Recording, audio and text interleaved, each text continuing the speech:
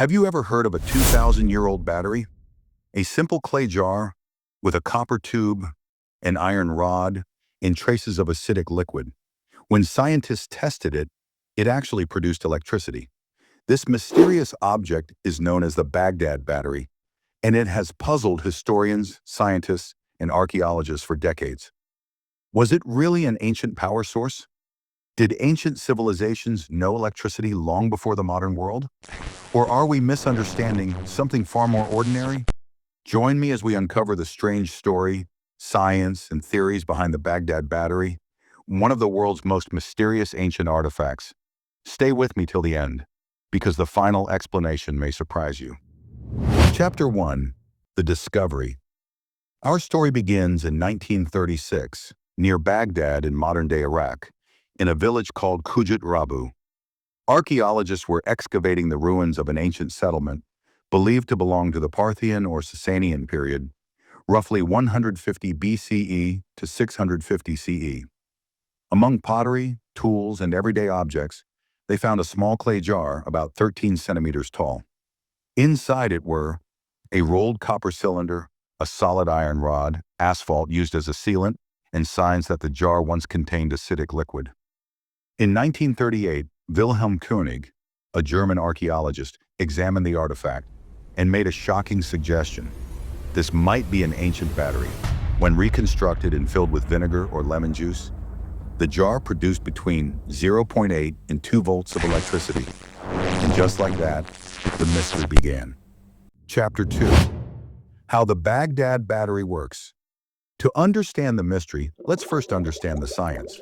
A normal battery, or even today, requires 3 things: an anode, the negative terminal, a cathode, the positive terminal, an electrolyte, a liquid that allows ions to move. In the Baghdad Battery, the iron rod acts as the anode, the copper cylinder acts as the cathode, and liquids like vinegar or lemon juice act as the electrolyte. When connected by a wire, electrons begin to flow, producing electricity. Multiple Baghdad batteries connected in series could have produced higher voltage, just like modern battery packs. So the question arises, did ancient people really understand electricity? Chapter 3. What could it have been used for? Several theories attempt to answer this question. Theory 1. Electroplating metals. Some researchers believe the battery was used for electroplating, coating jewelry with thin layers of gold or silver. This theory became popular because ancient Mesopotamians were expert metalworkers. Gold-plated artifacts exist from the region. The voltage produced fits simple plating reactions. However, archaeologists have never found definite electroplating workshops from that time, so the mystery remains. Theory 2. Medical or healing purposes. Some scientists suggest the batteries may have been used for pain relief or stimulation, similar to early electric therapy. Low voltage current can cause muscle stimulation, mild tingling, possible anesthetic sensation.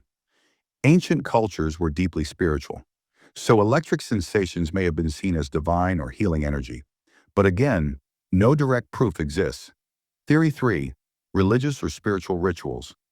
This theory says the battery wasn't meant for technology, but experience.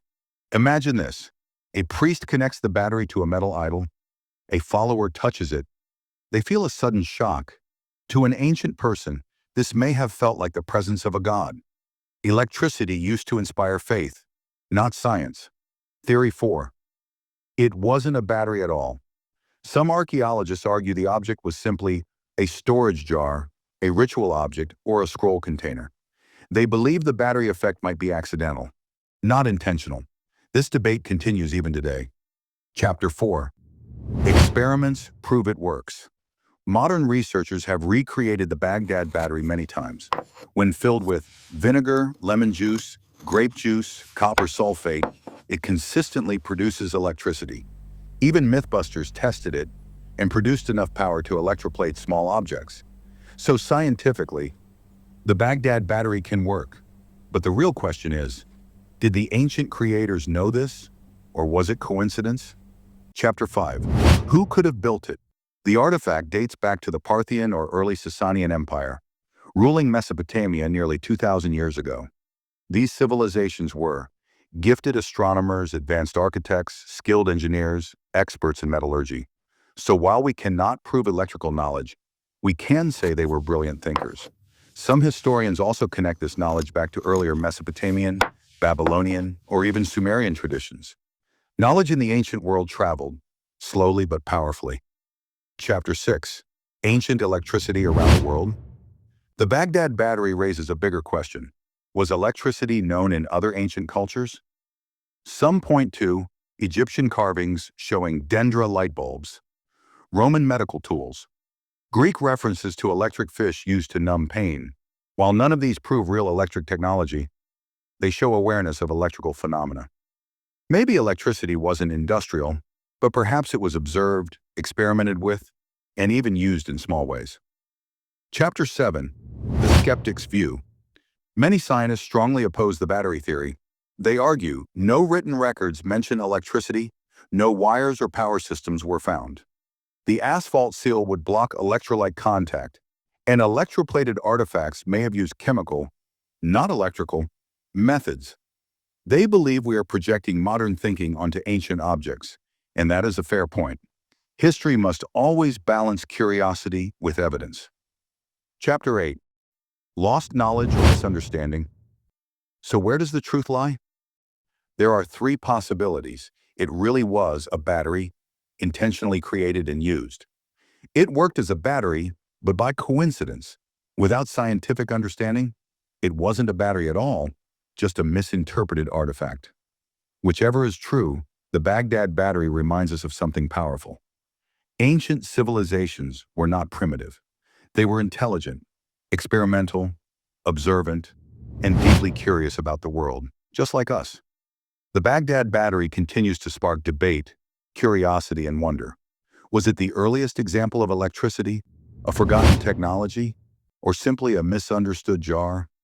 We may never know the complete truth, but the mystery keeps history alive. Tell me in the comments, do you think the Baghdad Battery was a real ancient power source, or just coincidence?